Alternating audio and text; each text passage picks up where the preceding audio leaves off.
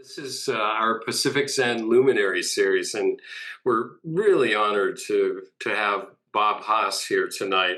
Bob, of course, is a Pulitzer Prize winning poet. He's a former U.S. Poet Laureate. He's basically won every award, including the MacArthur Foundation Fellowship that's available to poets, and he's just a tremendous, a tremendous source of not only creativity and leadership in the poetry area, but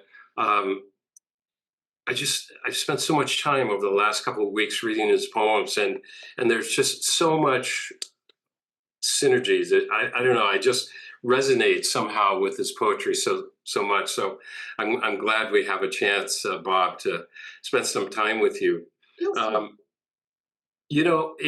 I looked up Chat GPT and I asked, well, is Robert Haas, is he a Zen Buddhist?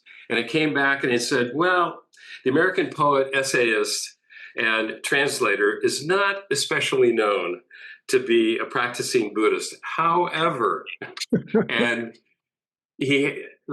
Bob has so many influences. He was right on the trailing edge of the beats. He's very close to Gary Snyder, very close to so many of those early California poets who were deeply influenced by not only Zen, but Chan and Taoism and the like. And so in 1996, I think it was, he wrote a book called The Essential Haiku.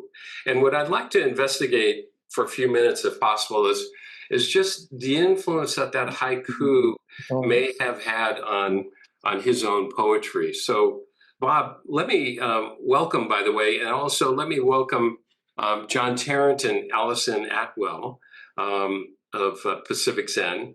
And let me just read, if I might, a paragraph from your introduction of your Essential Haiku, if that's okay. What is in these haiku poems can't be had elsewhere. About the things of the world and the mind looking at the things of the world and the moments and the language in which we try to express them. They have unusual wakefulness and clarity. Perhaps the best way to get to it is to read them as plainly and literally as possible. In the end, the best advice to readers of the poems may be the advice Basho gave to his writers: prefer vegetable broth to duck soup. So welcome, Bob Haas. And we were talking a little bit previously about how you got into haiku. Could you tell us about that a little bit? Yeah, well, I was telling you that story. It was my friend, we were young poets or would-be poets, Philip Dow, and he was talking to me about haiku, and I said, I'm not interested. They're the stuffed animals of poetry. Because I had the idea in whatever year it was, 1960 something, that it was the sort of sentimental poems in little books of poems in gift shops with the sort of translations of the haiku that would spell out what was only implicit in the poem. Anyway, I didn't know what I was talking about. And he said, you're both arrogant and ignorant. You should read R.H. Blythe. And so I went into the Berkeley used bookstores and found the 4 volumes of Blythe's haiku and started to read it. Around the same time, in the basement of City Lights, I came across a journal called Journal for the Protection of All Being that Lawrence Ferlinghetti had edited. And there was an essay in it by someone named Gary Snyder entitled Buddhism and Anarchism. And I thought that I didn't really know what Buddhism was, and I didn't know what anarchism was, and I wanted to find out. Also, in those years, mid to late 60s, Jack Kerouac's Dharma Bums came out. in which there's the figure of Jaffe Ryder, his portrait of Gary Snyder in those years, and his own portrait of himself as a middle of the 1950s lost soul spiritual wanderer beginning to read Buddhism and jumping next to an old hobo onto a freight train to get from LA to San Francisco. And they're trading back and forth their newly discovered Dharma paths that they found in the paperbacks they'd picked up on the subject. And this led to Jack Kerouac's meeting with the Gary Snyder figure, and Gary Snyder figure quoting Chinese and Japanese poems. Anyway, it was in the midst of all of that that I was trying to figure out how to write poetry, and there was this evident tradition of that these guys were introducing to that didn't have anything to do with any of the Christian existentialism, all the philosophical forms of angst that were going on in the journals at the time, that was just about paying attention. And I started reading haiku, and then at a certain point, I set myself the task of really learning, studying one of them a day. And I realized that I had to do some Japanese, and I took a 1-semester night school class in the local high school in conversational Japanese, which was not very much help, but at least gave me a little. I could start to be able to tell if if a noun was in the possessive form, or get a little bit of a feel for. I mean, for example, there's a poem of Issa's that in my translation goes something like, "In this world, we walk on the roof of hell gazing at flowers." The last phrase is hanima, which is literally looking at flowers, but it's also the name of, I'm told from reading Blythe and others, the name of the holiday weekend when you go out and look at the new spring flowers, that's hanima. So, and the Basho and the Issa line goes, the idiom is, "In the world's middle, we're on the world's middle's hell's roofs flower gazing," is what is the tight, compact little way that the Japanese has said. And then you smooth it out and say, "In this world," or "in this world of ours," I think one of the translations said, "we walk on the roof of hell." The Japanese is hell's roof. So the whole thing is a possessive leading up to the main noun, which is flower watching a weekend. So in this world, we walk on the roof of hell, gazing at flowers. Yeah. So I would try to do one of those a day for a while. And I was saying I was, I would teach, I would come home, my kids would be around, I'd swim laps, and then I would come back and I would spend an hour before dinner reading one haiku. And sometimes I would think that I could think of a better way to simplify the other translations. I never learned enough Japanese to be able to start with the Japanese. I always started with a translation by someone else, and then would go to, if I could, to a source and do a word for word version of the Japanese. Sometimes I didn't even do that. And I was very careful, or a little careful anyway, when we put the book together. I did that, and then I let it go. I decided, well, I'm going to do 100 poems by each of the 3 poets I admired so much, Basho, Buson, and Issa. And I did them, and this was before the internet. I would send them to friends, and my editor, 20 years later, almost 20 years later, in the 90s, said, people pass those things around everywhere. We should do a book of them. And so I called them versions. My title of the book was Versions of Basho, Buson, and Issa. He had a series at Echo Press called The Essential Poets. So he put it in that series as the Essential Haiku. Is this too much and too boring? Anyway. No, no, it's beautiful. I thought maybe I'd read a few to you if possible, and just get your thoughts on them. And it's really really interesting. I know a little Japanese, and I can appreciate, you know, how difficult it is to translate haiku, because it's got the word endings are very arcane often, and not clear at all. But looking at a Basho poem, Deep Autumn, my neighbor, how does he live, I wonder? Yeah. Why is that so amazing?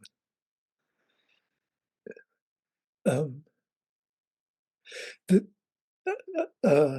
that one, I don't remember anything about. Uh,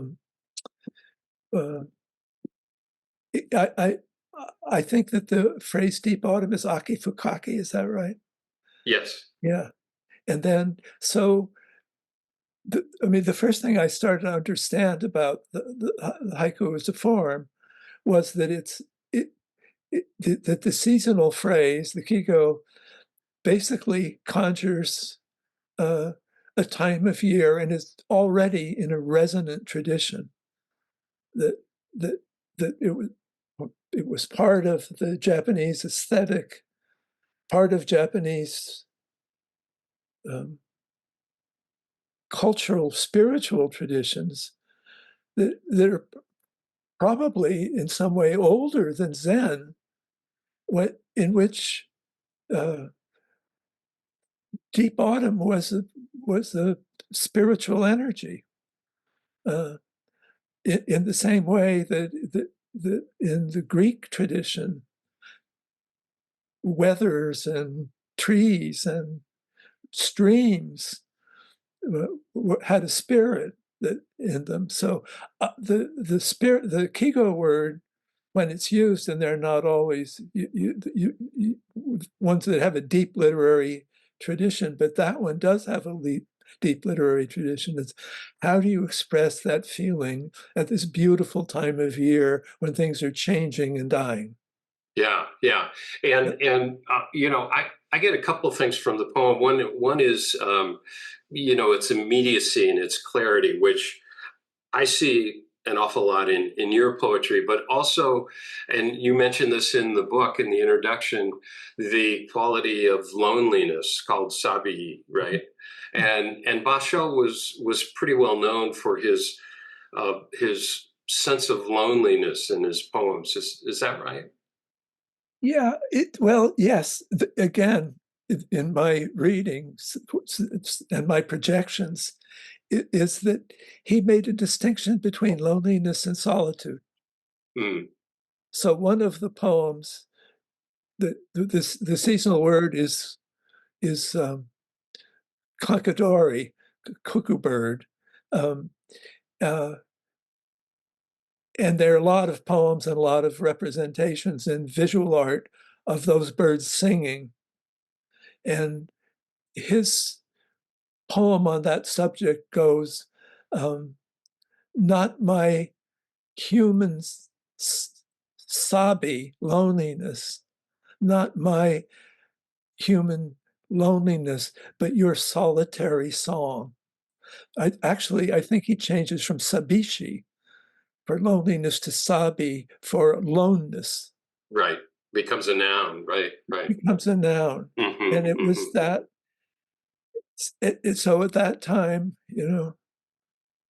I don't know, I was 25. I was trying to write poems, be a dad, teach.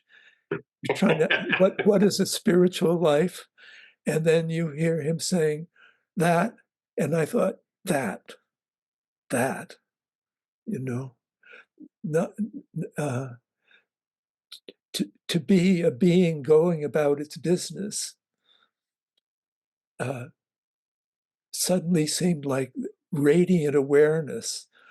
Uh, and that was that going back to I mean, there is something lonely about Basho's life. You know, his dad died, and he was sent to the local daimyo lord's family as a retainer, and he became best friends, maybe lover, with the son of that family. And he died at 21, and then Basho went to the city and got a job and started teaching poetry, and his house burned down.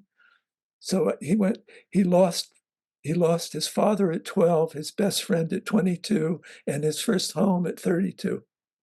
And so he carried a certain, the world gave him a lesson in non-attachment that he took deeply and transformed into these gorgeous things.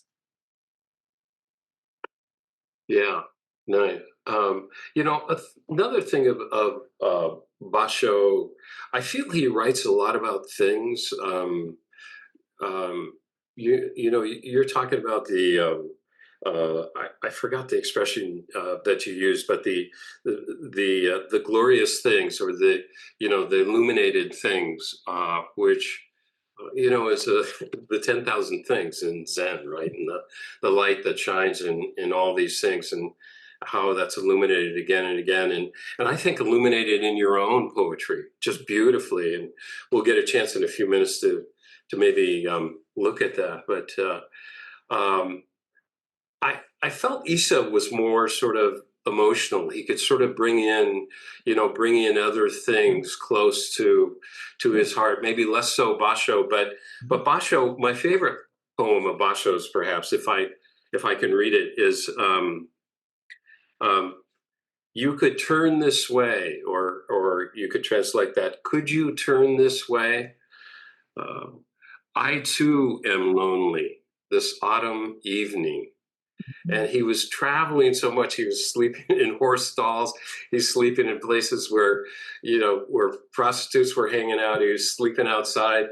And in the in the narrow road to the north, or narrow road to the interior, he's traveling with Sora, one of his students, probably perhaps even his lover. But any thoughts on that quality of Basho, the relationship side, the emotional side?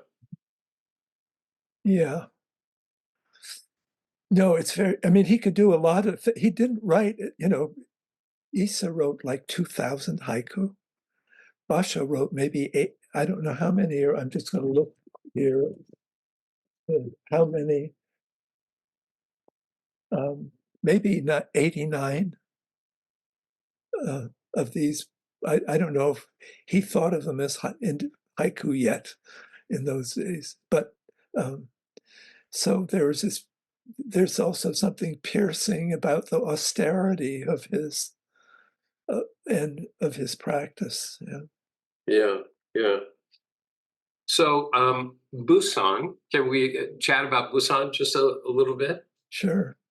So you write that Buson is visually intense. He was a painter and an artist, cool and powerful in his aesthetic detachment, love of color, almost Wallace Stevens like in, for example, 13 Ways of Looking at a Blackbird.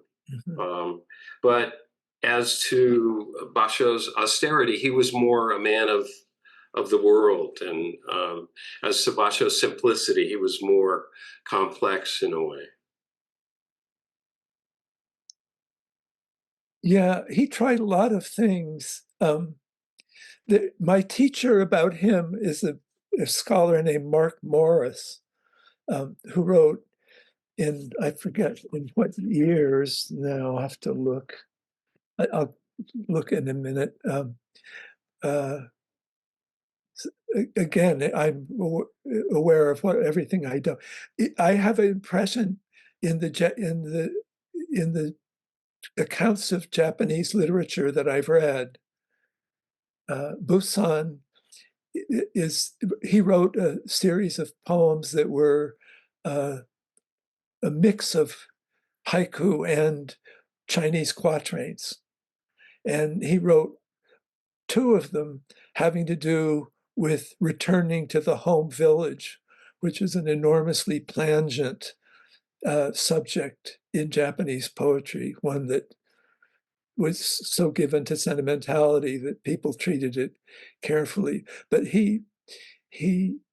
the histories of Japanese poetry that I've read don't mainly emphasize Buson as the uh, uh, painterly poet that I most admire in his work, but this other guy who did that also, he has haiku that were storytelling poems. In some way, all of the haiku are intended to be storytelling poems, as constantly transformed story that was the philosophical basis of the Renga form. So anyway, I could get it at the Basho, the Buson, I could get at because of thinking, oh, you should treat him as if it was Wallace Stevens. Should be very crisp, clear, clean, painterly writing. But he Yeah. also did a lot of other kinds of things too that I wasn't. May I read a couple of his poems that you brought out in your book? Tethered horse, snow in the stirrups, in both stirrups. You know, just that image of the tethered horse, right, in the snow in the stirrups, really paints just a much greater picture than the words themselves. Among 20 snowy mountains, the only moving thing was the eye of the blackbird. Yeah, that's Wallace Stevens imitating Buson. Yeah. Now, Issa was maybe 100 years after them. He was quite a bit later. And it's interesting thing that you point out in your notes that despite the fact that haiku is often considered Zen poetry, most of the poets were not Zen Buddhists. In fact, both Buson and Issa were Jodo Shinshu followers, and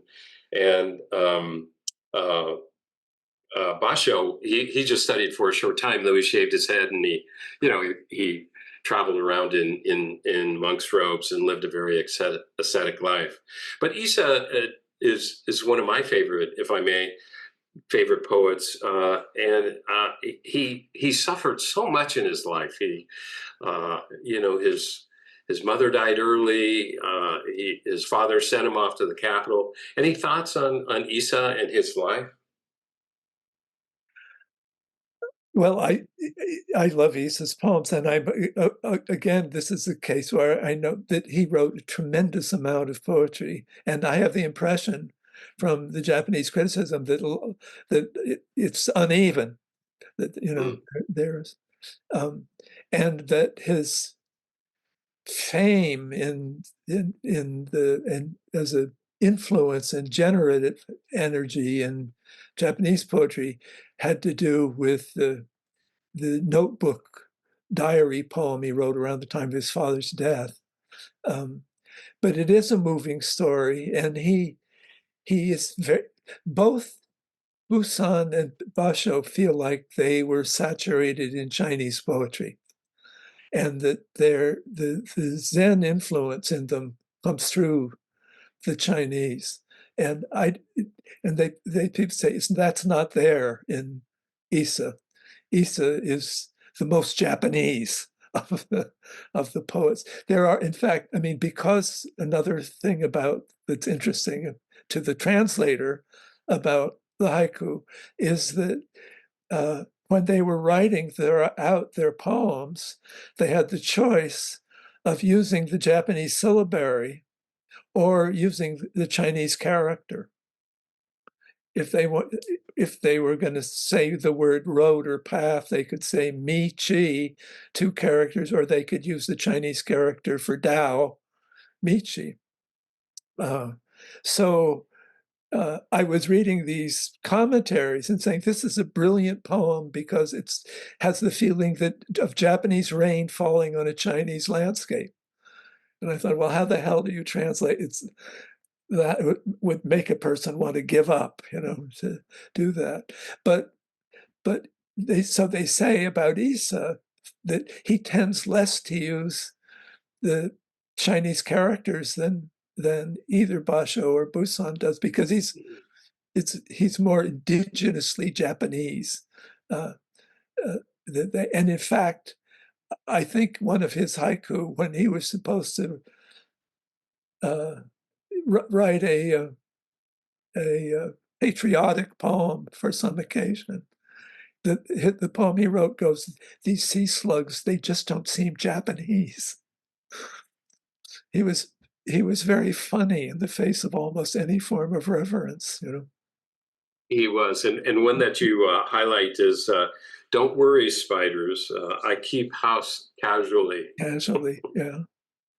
And And he, some of his most well-known poems are around his daughter, who he loved dearly, and she died at 2. It was just terrible. But crawl, laugh, do what you want. You are 2 today. He writes. He yeah, writes a poem for her, and then after she passes away of, I think it's typhus. The world of dew is the world of dew, and yet, yeah. well-known but touching poems. Again, I've read that phrase, "the world of dew," was in his form of Buddhism a, a, a phrase to be regularly chanted to remind us of the impermanence of things. And so deep in it, I mean, it belongs as much to the Japanese tradition as the Our Father belongs to the Christian tradition. And to say the world of dew, yeah, but it's just gorgeous, heartbreaking poem. Mm.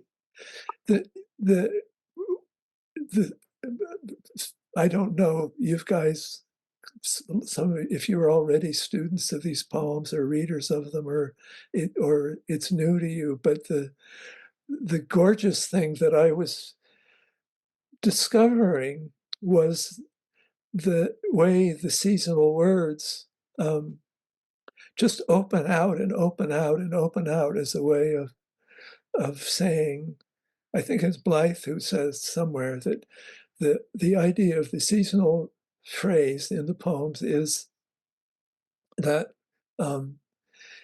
if you can say what everything is by saying what this moment is, um, uh, you will have you've made a haiku. So Issa's wife was named uh, who, which is chrysanthemum. Chrysanthemum is associated with summer. It's associated with the aristocracy. It's associated with particular refined beauty in in in flowers and in seasons. And his poem about he married a peasant woman, and his haiku for the height of refinement in midsummer is, "My Kiku, she doesn't care how she looks." My chrysanthemum doesn't Yeah. care how she looks. Yeah. Yeah, yeah. See, over and over, he takes this resonant symbol and humanizes it in just an amazing way. Mm, that's lovely. Well, this quality of the light of the 10,000 things, which are so evident, I think, in your poetry. I'd love to move to your poetry now, if that's okay. Sure. Shall we? Um, I'd like to ask you to read perhaps one of your best known poems. It's Meditation in Lagunitas, on page 79 of uh, The Apple Trees at Olima. Just a wonderful collection of Bob's poetry going all the way back to his first publication. And then maybe we could just kind of talk about it, if Yeah. that's okay. Yeah, but Leganese is just a little town in West Marin County, California, where I was spending the summer. Friend had come back from summer or a year, I guess, in Paris, full of the new um, form of critical thinking, meditation at Leganitas. All the new thinking is about loss. In this, it resembles all the old thinking. The idea, for example, that each particular erases the luminous clarity of a general idea, that the clown-faced woodpecker probing the dead sculpted trunk of that black birch is, by his presence, some tragic falling off from a first world of undivided light. Or the other notion that because there is in this world no one thing to which the bramble of the word blackberry corresponds, a word is elegy to what it signifies. We talked about it late last night, and in the voice of my friend, there was a thin wire of grief, a tone almost querulous. After a while, I understood that talking this way, everything dissolves. Justice, line, hair, woman, you, and I. There was a woman I made love to, and I remembered how holding her small shoulders in my hands sometimes, I felt a violent wonder at her presence, like a thirst for salt. From my childhood river with its island willows, silly music from the pleasure boat, muddy places where we caught the little orange silver fish called pumpkin seed. It hardly had to do with her. Longing, we say, because desire is full of endless distances. I must have been the same to her, but I remember so much the way her hands dismantled bread, the thing her father said that hurt her, what she dreamed. There are moments when the body is as numinous as words, days that are the good flesh continuing. Such tenderness, those afternoons and evenings, saying, blackberry, blackberry, blackberry.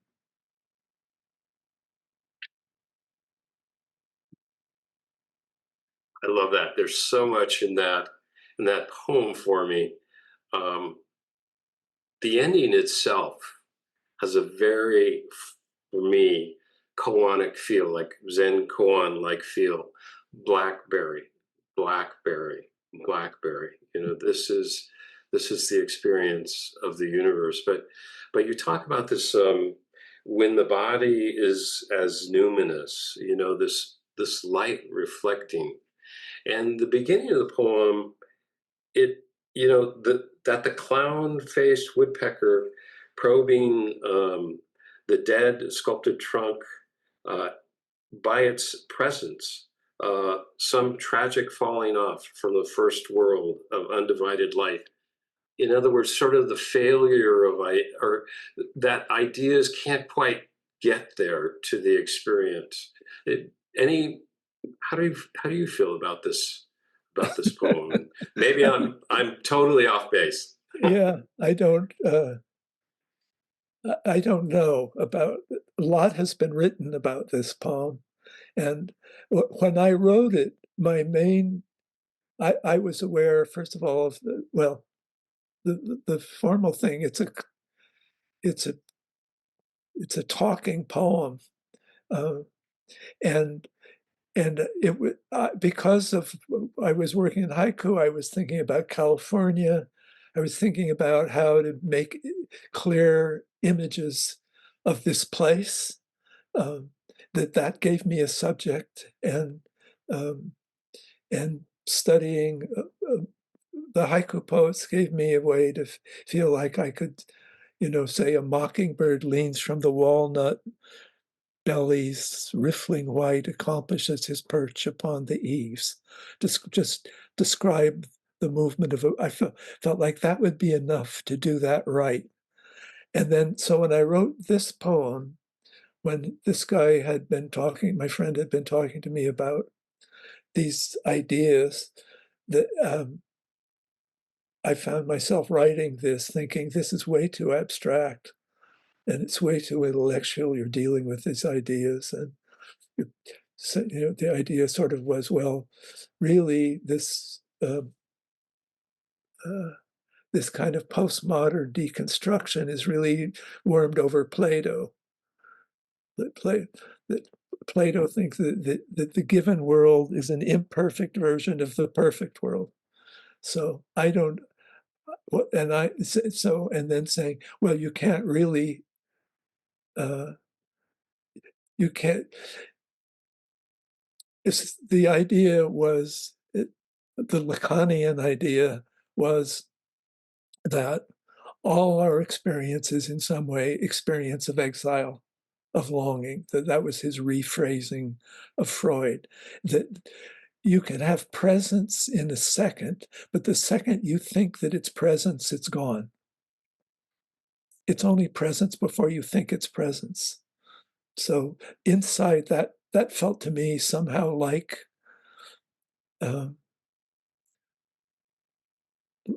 like the other idea of, the Plato's cave idea, that all the things of this world are imperfect versions of something else.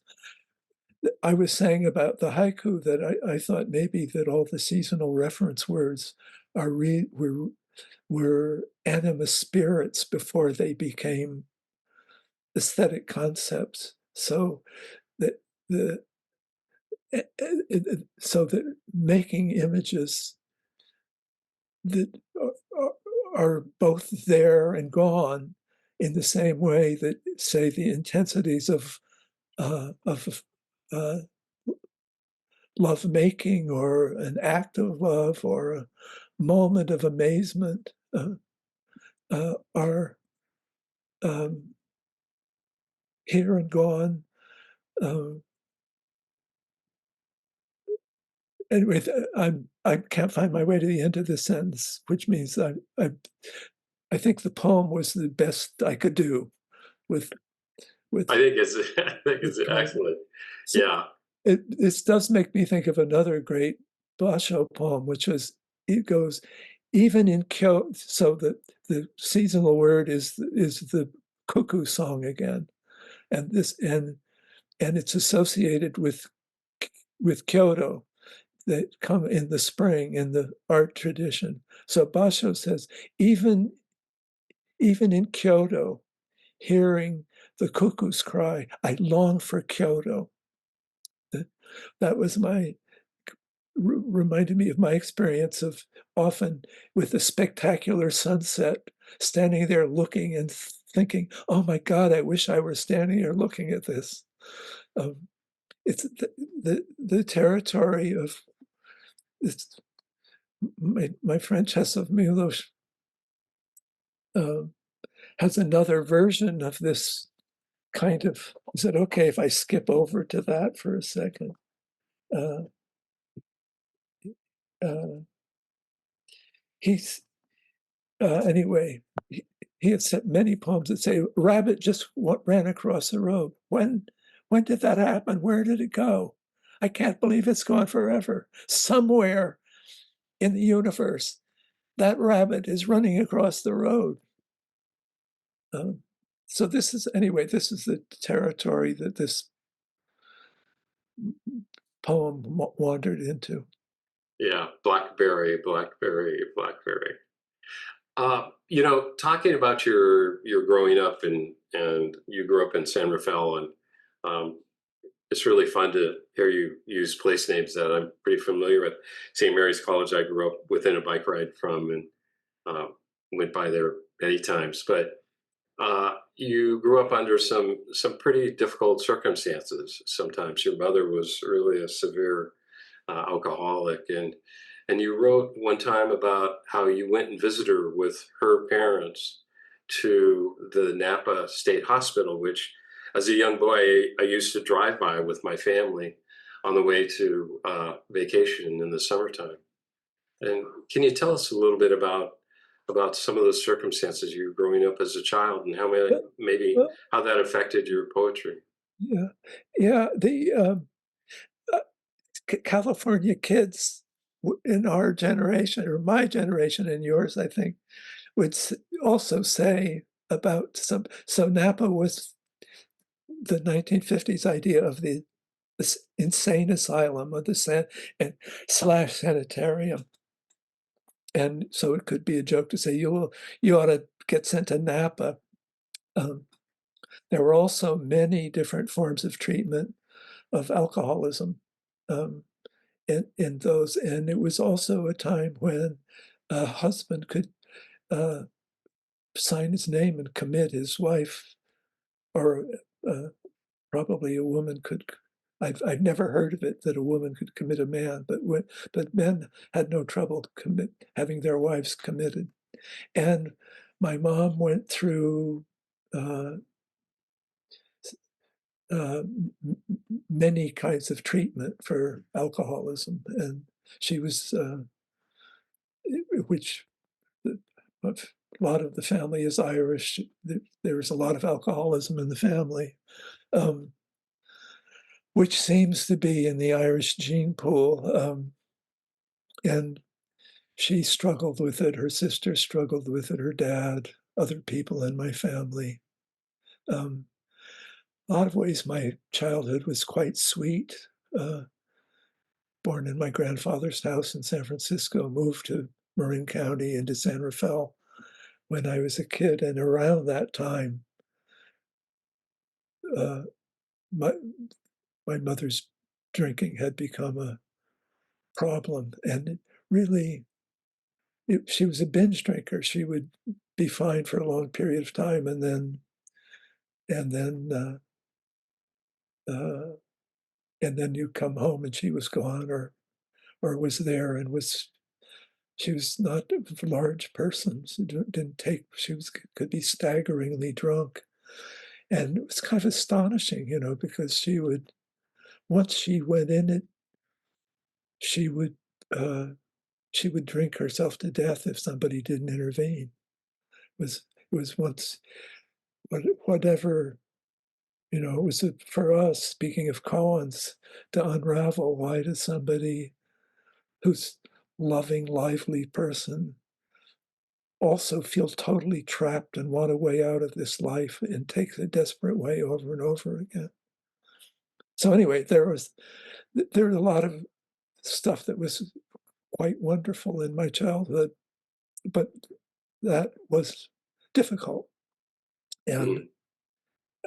and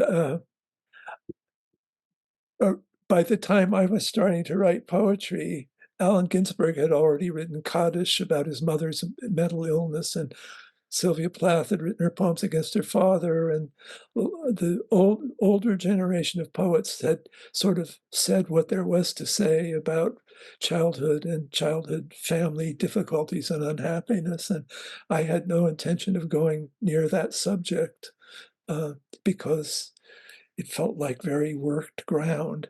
And and then and then I did found it. And that poem was specifically my mother's nipples, right? Yeah, yeah. Well, I think the first poem that I wrote that goes, it's interesting the way you come at this, or it's interesting to me in my narcissism to uh, think about the way we come to these subjects. Um, uh, uh, so here's a little bit of a poem, earlier poem called House. Quick in the April hedge were juncos and kinglets. I was the window just now. The bacon sizzled underhand. The coffee steamed fragrantly, and fountains of the water music issued from another room. So this is me in my 20s getting to have a house and a family and happiness. Living in a house, we live in the body of our lives.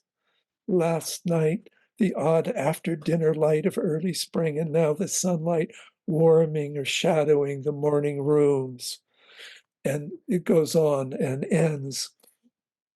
And bacon and Handel and coffee, and upstairs asleep my wife. Very suddenly old dusks break over me, the thick shagged heads of fig trees near the fence, and not wanting to go in, and swallows looping on the darkened hill, and all that terror in the house, and barely, just barely, a softball falling toward me like a moon. So I was writing this poem of my early marriage years, of the gorgeous house, and then suddenly wasn't going to go near that subject too much. I go to that subject. That's how it first came to me as a subject. Years later, I'm standing in line at a writers' conference, and Sharon Olds is in front of me chatting with another poet, and the other poet says to her, um, uh, I, I, I don't know what to write about. I'm feeling very stuck. And Sharon, who's written many poems about very personal subjects, said, write a poem about your mother's nipples. And I thought that is so like her, and so corny an idea. And I went home with the idea that I was going to write a poem making fun of the idea of writing a poem called My Mother's Nipples. And and then once I got started on that subject, there I was trying to figure out how to, where is this going to go? I don't know if you want to hear Yeah, it. I'm looking at page 214 in the middle. There's one paragraph about you and your brother and cupcakes. Yeah, Could you read that? That's got that quality of both love and tragedy, working together. It's a very complex but beautiful mix of thank you. human It was an experience. interesting thing to me in this piece, uh, to to find that I was mixing verse and prose, and that the work that they each wanted to do different kind of work, and the work of the prose part was um, the prose of everyday life. So about it, we used to laugh, my brother and I, in college, about the chocolate cake, tears in our eyes laughing. In grammar school, whenever she'd start to drink, she'd panicked and made amends by baking chocolate cake. And of course, when we got home, we'd smell the strong, sweet smell of the absolute dark of chocolate and feel too sick to eat it. So that's that part. The next Mm. thought was the first girl's breasts I saw, since the subject is women's breasts, was the Chevy dealer's daughters, Linda Wren's, pale in the moonlight, little nubbins, pink-nosed. I can still hear the slow sound of the surf of my breath drawing in. Think I almost fainted. And then the next thought, twin fonts of mercy, they used to say of the Virgin's breasts.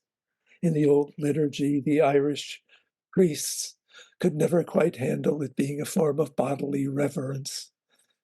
Springs of grace, freshets of loving kindness.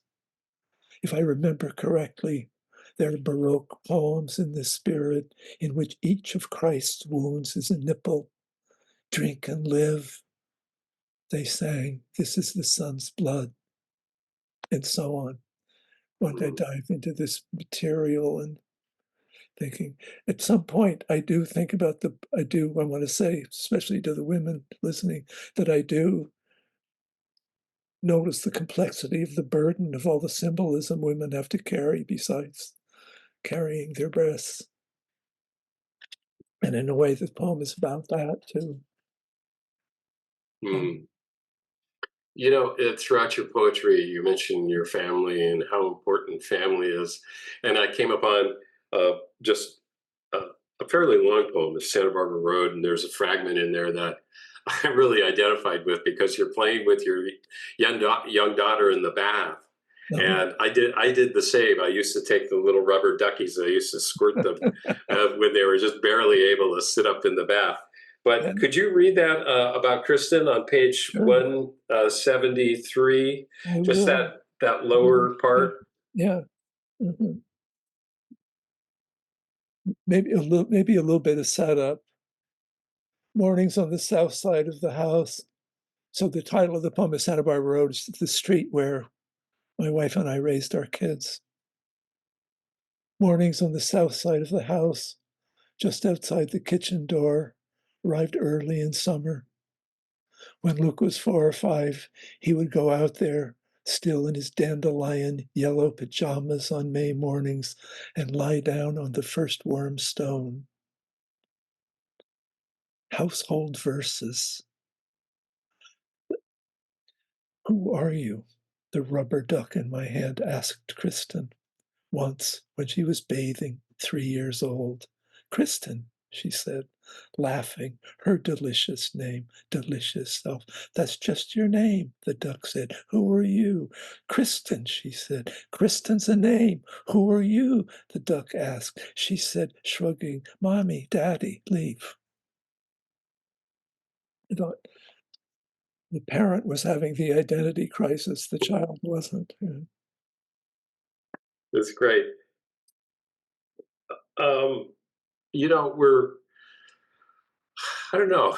I'd love to spend some time on Milosz, Czeslaw Milosz, if that's okay. Before we go to questions, just would you like to read his memoriam, or is there anything else? Could you tell us a little bit about your work with him? Also, how many decades you Yeah. translated with him and Yeah, for I him? mean, I lived in Berkeley, still do in those years, and um, he was a neighbor up the street. I knew he was there. One of my friends from grammar school had studied with him at Berkeley, and I had read, my generation, everyone had read his book, The Captive Mind, which was sort of the classic book besides 1984 about totalitarian imagination. And so I knew he was up there, and and by reputation, a great poet, but the poems had not been translated, or the ones it had were not very striking. And then uh, uh, my editor published an early book of his, a first book of translations of his, really wonderful poems. And I met him uh, at that time in the late 1970s, though I was intensely aware of him. And uh, we got together. He asked me to, he was doing a reading at a big international festival in San Francisco, and he wanted to read in Polish and asked me if I would read in English.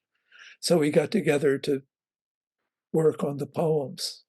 And I was thinking, oh my God, Milosz is coming to my house. And it was a hot summer day, so I went to the liquor store and said, what's the greatest European lager? And the guy gave me Pilsner or Kel, and I bought a 6-pack and brought it back and came in the house, and I casually asked him if he'd like a beer.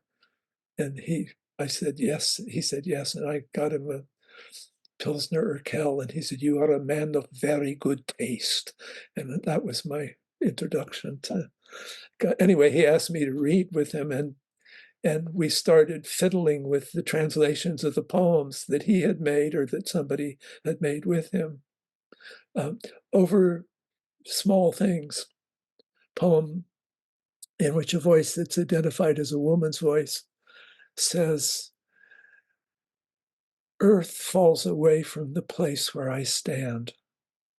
And further on, the buds of chestnuts shine.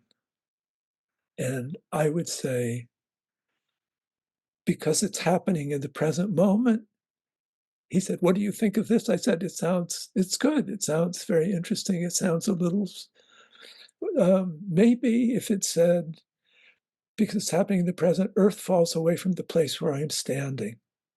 And further on, the buds of chestnuts shine. You'd get you get an ing ending in the first one and then the hard ending in the second one, blah, blah, blah, blah, blah. Well, we could do that. And he would, anyway, that was, and then we started doing that. Then we did it for 25 years. It was, I started working with him on translating some of his poems. And then out of nowhere, really, in 1980, he won the Nobel Prize. And suddenly, a lot, everybody wanted his poems. And so Robert Pinsky was teaching at Berkeley at the time, and he and I started working on some of the poems. And Polish jazz DJ and literary journalist from New York who wrote for the Polish newspaper in New York, a woman named Renata Gorczynska, came out because Czeslaw was starting to get huge bags of mail from everybody he'd ever went to school with in Poland, and he needed help just digging out from under all of this stuff. And Renata showed up, and I said, well, I would love to read some of these poems with you because to get your feel for it. And she said, have you read the poems that this guy is writing right now? This was in 1980. And I said, no, I don't have any idea. And she started doing sight translations of poems from a book that he'd written, poems that he'd written in exile in Berkeley. They're quite amazing poems. And so I started working with her, having grown up. So I was born in 41 in San Francisco, 2 blocks from the Presidio where the war in the Pacific was being fought. Housing crush in San Francisco. Some of my earliest memories are the house next door to ours. A general had rented part of the house, and his Jeep soldier came to pick him up. My uncle was a fighter pilot. He would return from the war. So the war and the war years were deep in my imagination. And here's this guy who's lived through that time and written poems about it. He's in exile watching the sun go down over San Francisco Bay. His poems can't be published in Poland. A few of them have been translated, and I just wanted to see what was there. And I was at that point too old to start to have a teacher, and I acquired this master teacher around that time. So that was, and then of course over the years we became dear friends. So I've a new book of Milosz translations that will be out next year after his death. A scholar of Polish literature proposed that we translate the poems that had not been translated, that he wrote between the moment he left Warsaw in flames in 1945, end of 1945, and 1952. During that time, he served as a cultural attaché at the Polish embassy, Polish consulate in New York, and then the embassy in Washington, D.C. for 4 years. So he's just come from this total destruction and is writing a poem about the singing of birds on the Potomac River, and a poem about young couples making out in the middle of a summer movie in Central Park, and a poem about Hiroshima. And I wanted to see what was there, so we did, and there's fascinating stuff there. So anyway, is this also too much stuff? That book is just coming. That's great. God, well, we're looking forward to it. Do you think you could read his Czeslaw Milosz in memoriam on page 303 on the edition I have, at least? Yeah. Oh, well, this is fun.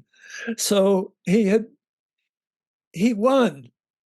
He was in exile all these years, and then the Soviet Union collapsed, and Polish solidarity. And he was from Lithuania, not from Poland. He was from Polish Lithuania. And he was finally able to go back and then back to Krakow, which was a beautiful city and one of the ones that wasn't destroyed in the war. And he was in Krakow. So, and we had to figure out how to continue and I was, so this Czeslaw Milosz in memoriam, but it's what kind of poems do you write when you're 90 years old? In his last years, when he had moved back to Krakow, we worked on the translation of his poems by email and phone. Around the time of his 90th birthday, he sent me a set of poems entitled O-H exclamation point. I wrote to ask him if he meant O-H exclamation point or just capital O. And he asked me what I thought the difference was. And I said that perhaps we should talk on the phone. On the phone, I explained that O-H exclamation point was a long breath of wonder, that the equivalent was possibly wow, and that oh exclamation point was a caught breath of wonder and surprise, more like, huh. And he said after a pause, oh, for sure. Here are the translations we made. So these are 4 little poems, each of them entitled Oh. The first one is Oh, happiness, to see an iris. The color of indigo as Ella's dress was once, and the delicate scent was like that of her skin. Oh, what a mumbling to describe an iris that was blooming when Ella did not exist, nor all our kingdoms, nor all our domains. And the second one, the next 3 are based on paintings. And this is based on a Gustav Klimt painting. And it was also in my college years. People were apt to have a Gustav Klimt on their wall. Very sexy. Gustav Klimt, 1862 to 1918, Judith, a detail aus der Reiche Galerie. Oh, lips half opened, eyes half closed, the rosy nipple of your unveiled nakedness, Judith. And they, rushing forward in an attack with your image preserved in their memories, torn apart by bursts of artillery shells, falling down into pits, into putrefaction. Oh, the massive gold of your brocade, of your necklace with its rows of precious stones, Judith, for such a farewell. And the next one is based on an Italian Renaissance painting, Salvator Rosa, 1615, 1673, a landscape with figures. Oh, the quiet of water under the rocks and the yellow silence of the afternoon and flat white clouds reflected. Figures in the foreground dressing themselves after bathing. Figures on the other shore, tiny and in their activities mysterious. Oh, most ordinary, taken from dailiness and elevated to a place like this earth and not like this earth. And the 4th one is Edward Hopper, 1882, 1967, hotel room from the Thyssen collection in Madrid. I actually got to see this painting there. Oh, what sadness, unaware that it's sadness. What despair that doesn't know it's despair. A businesswoman. What despair that doesn't know it's despair. A businesswoman, her unpacked suitcase on the floor, sits on a bed half undressed in red underwear, her hair impeccable. She has a piece of paper in her hand, probably with numbers. Who are you? Nobody will ask. She doesn't know either. I had never read this thinking about Basho's My Deep Autumn, My Neighbor. How does he live, I wonder? But this is that poem, another form of that poem. anyway, this I think give you a sense of some of the pleasure of working with them. Yeah, that's beautiful. I'd like to turn it over to John Tarrant and Allison Atwell, see if they have any questions or comments. Um, I just noticed Marie Howe came on, and I'd love to bring her on and see if she has any response to what Bob just said. You cool with that? Sure. Yeah, I would love to see Marie. Yeah. I was incognito here, Mr. John. Hi, my dear. You were hiding. You're not now. I rushed home to see you. I thought you were speaking tomorrow night, and I had an event I was at, and I rushed in just incognito here. So good to see you. Here's what I remember. Let me just share this. It's a little I have to share. That when I first met you, Bob, it was in 1981, I think. And you came to Columbia, where I was a graduate student, and you spoke about Milosz. You read his poems to us around a seminar table. I think it was 81, maybe it was 82. Do you remember this? That would have been, I remember those five, remember you came for like Columbia a bunch class. of days? And, yeah, and that was what we had started working in earnest after. Yes. And what struck me was, in some uncanny way, you and he are so connected in your love of the particulars of the world. And I remember you saying these lines, these long lines he was writing then, and reading them out to us. And I could just feel them physically in the room as you read them, you know, this beautiful spoken cadence and these long lines. And so I'm just sort of following through time now, seeing you and hearing you then, that voice, which was your voice, but also his voice at the same time. Oh, how interesting. It's beautiful. It was a sweet time, Marie. Yes.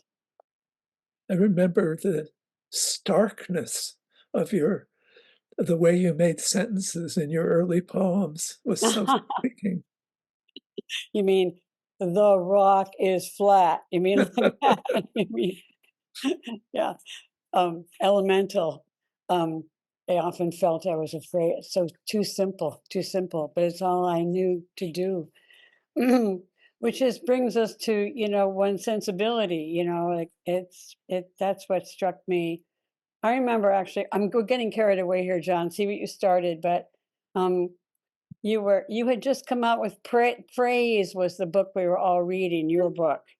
And I learned that you were teaching at a Jesuit school.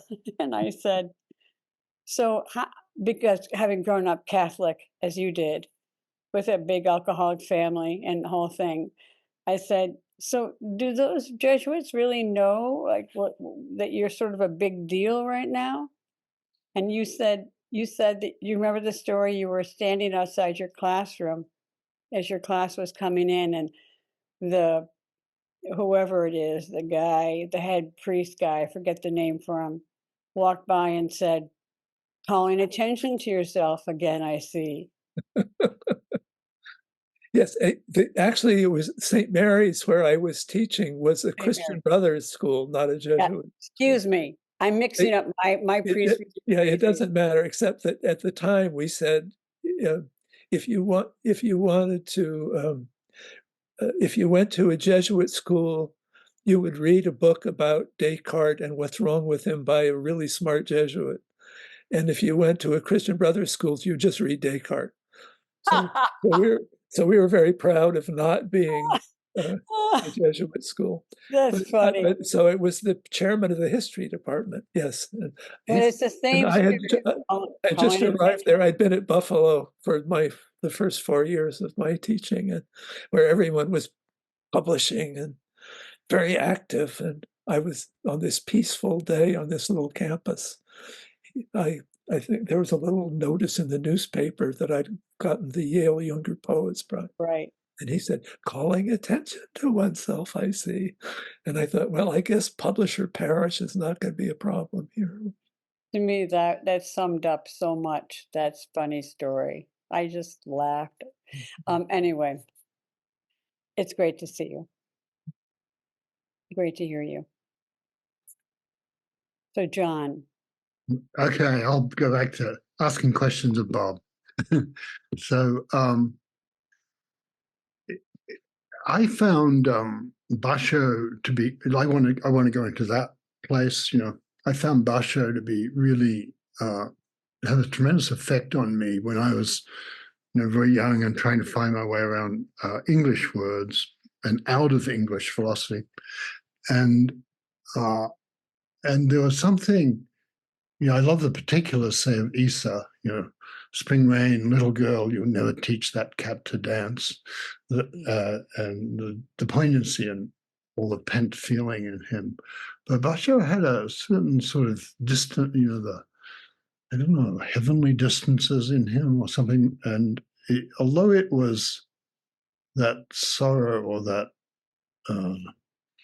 sabi that people talk about, I also found it very consoling, and I found it a place where you could just sort of rest in eternity reading him. And so I spent a few years when I guess I was struggling with a young child and not much money and things like that. And I would just read Basho every night, and it had that consoling quality for me. And so I wondered what I noticed, I would say Milosz has more of that quality of pointing towards the eternal, and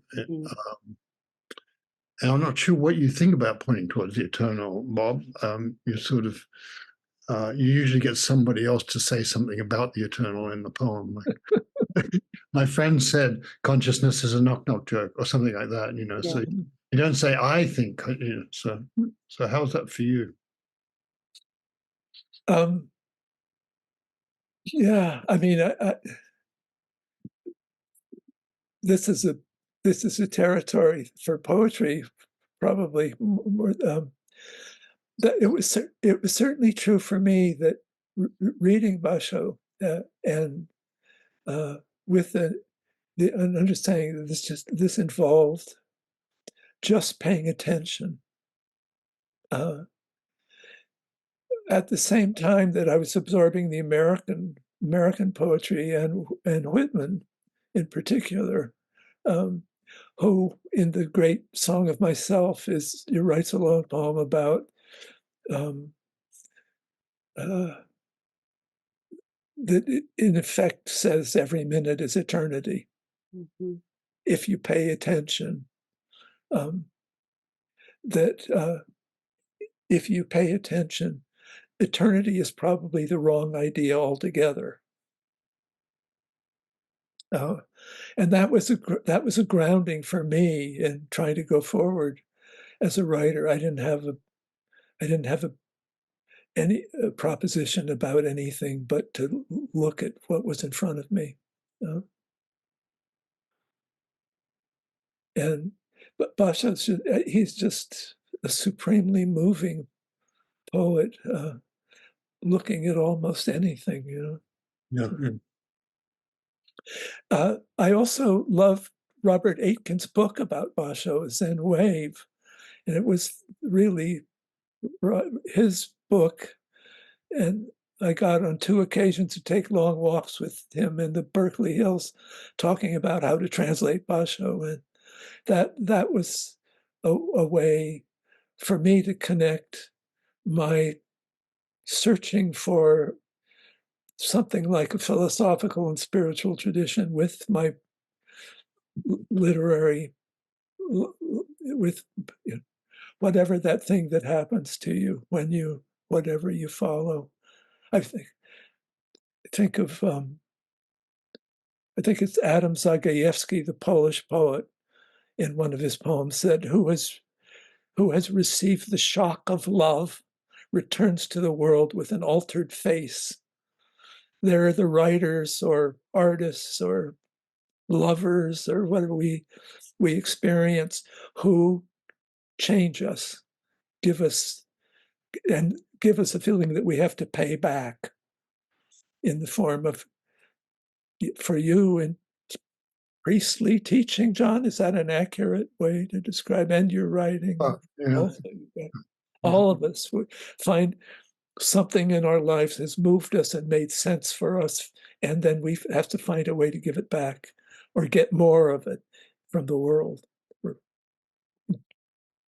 You probably know Mayumi Oda, the Japanese painter who did the Buddhist gods as goddesses, and she, I'm fairly close to her, and she said went on this rant one time about, stop quoting Basho. He's so depressing. We learned him in school. Said, yeah. well, depressing. I'll have our American Basho. That's very funny. When I was teaching at Berkeley, one of the first years there, one of my students was Japanese, and I was very excited to get her to read some of them aloud to me so I could hear them. And I said, and my idea of Sagyo was that he was the really cool poet quoted by Jack Kerouac in the Dharma Bum. So I said, have you read Sagyo to her? And she said, oh, yeah, my brother flunked his entry exams on one of Sagyo's poems. Right, that's great. Well, I think some of the stuff that we look for, those sense of distances and the spaciousness, and what you just mentioned is from Zagajewski as love, I think also, it's nice hearing you talk about the to and fro with Milosz, that it's in there, somehow it's in the conversations and in the details of that. So when you go, you give us all, well, he said that, and then I said this, and so on. Somehow the magic is just in those conversations. It's grand to hear, and just to love. I guess he said something about poetry being the only homeland, and sorry, language is the only homeland. He said. I know he said that because somebody gave me a big poster of it. And there's something marvelous about tending the language that also goes on that I experience sort of a kind of with honor and humility when I hear you talking about the work you did with him. So, I don't know if that requires anything from you to say that, but Any further thoughts, John or Allison? Well, in the beginning of the program, before people came on, you were talking, Bob, a little bit about translation and how because you don't speak or read Japanese or Polish, that there's in a way it's when I think of it, I think of it as a kind of advantage in that the words themselves, you have to feel around in the space between you and the word. There's a tremendous field of not knowing that gets felt around with physically with your hands and your being for the meaning. And it to me, it feels much like how when I read a haiku, that's what I have to do. There's so much that's not understood, but's held in the space between me and the poem. So if you could just say a little bit about what it's like, that feeling of the translation, the space between you and the original language and into English. Yeah, well, there's so much you could say about it. One is, I was saying to John earlier that when I was struggling to find a way, try to understand a poem and to know how to translate it. When I was working with Czeslaw, our deal was we would meet almost every Monday morning for a couple hours, and he would have a poem or two poems. Sometimes it was a new poem, sometimes a poem written in 1937, and we would work on it. And I could ask him, what's the feel of this or what's the feel of that, as we were trying to. Then later, I couldn't do that. And of course, I couldn't do that with the Japanese. So that one thing that allows is you to think, oh, this poem, actually, I think it's something that Walter Benjamin says, that the first failure of the poem, the first bad translation, is the original poem. That the great poem was the one that the writer was imagining as they were writing it, and that the written down finished version of the poem wasn't quite there yet. And then the next translator is translating the first failed version of the. So not knowing the language so well, or among other things, means that you could misunderstand it altogether. But it also means that you're imagining that the poem that you're trying to replicate in a new language is perfect. Czeslaw has a poem called a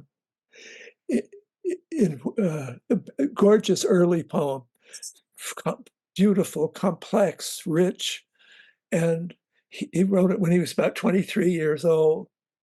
And as I was reading it and thinking, oh my God, this is amazing. Why doesn't everybody know it's amazing? And the first time I met Adam Zagajewski, I thought, I need somebody who's Polish I trust. And I said, you know this poem? What do you think of this poem? And he said, oh, it's a completely amazing poem. He was only 23 years old, you know. And you'd never know he was so young, except for that stupid rhyme in the last line. Actually, he said gauche, that gauche rhyme in the last line. And I thought, oh, I shouldn't be doing this at all. How would I ever recognize a gauche rhyme in Polish? Even if I knew Polish pretty well, you'd have to have very refined taste. I feel like I can read. Robert Frost is a poet who I can read, and I can tell when he's faking. Where he's getting corny and playing to his audience. And I read the criticism, and they think these poems are really great. So anyway, it's that whole business of the imagined poem, the real poem, how you get the right thing in the language. I think I said to John, it made me feel like I was making love with gloves on. I could not quite get to touch the living, vivid thing, because I didn't know for sure whether to say I can't stand it or I can't tolerate it, because I don't have the feel for the difference in the level of diction.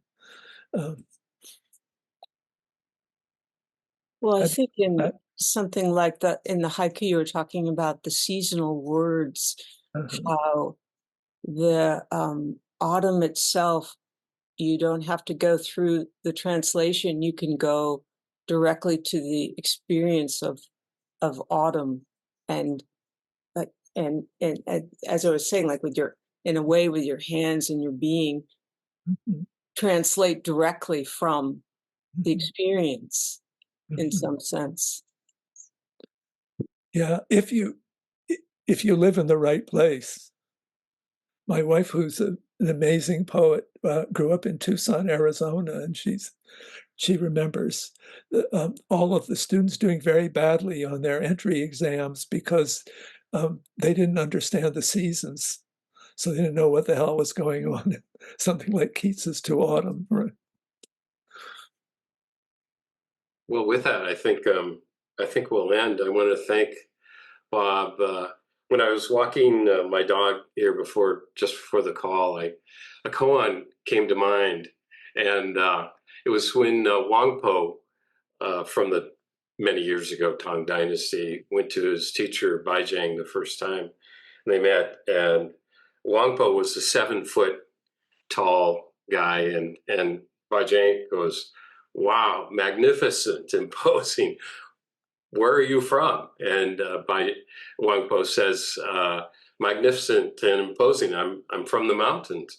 And Bajang says, well, why are you here? And Wangpo said, for nothing other than this. And to me, that really speaks to your poetry, this nothing other than this. And it's magnificent and imposing. So thank you so much for visiting us. I really appreciated this. And thank you, John and Allison, as always, for your very trenchant questions and comments. They're really helpful. And thank you all for coming. We're going to take a few month break for the Luminaries series, but you'll see emails in several months about some continuation of the speaker series. We've got some pretty good people out there, and we'd like to visit with them and hope you'll join us in that. So thank you, Bob. Thank you very much. Thank all of you.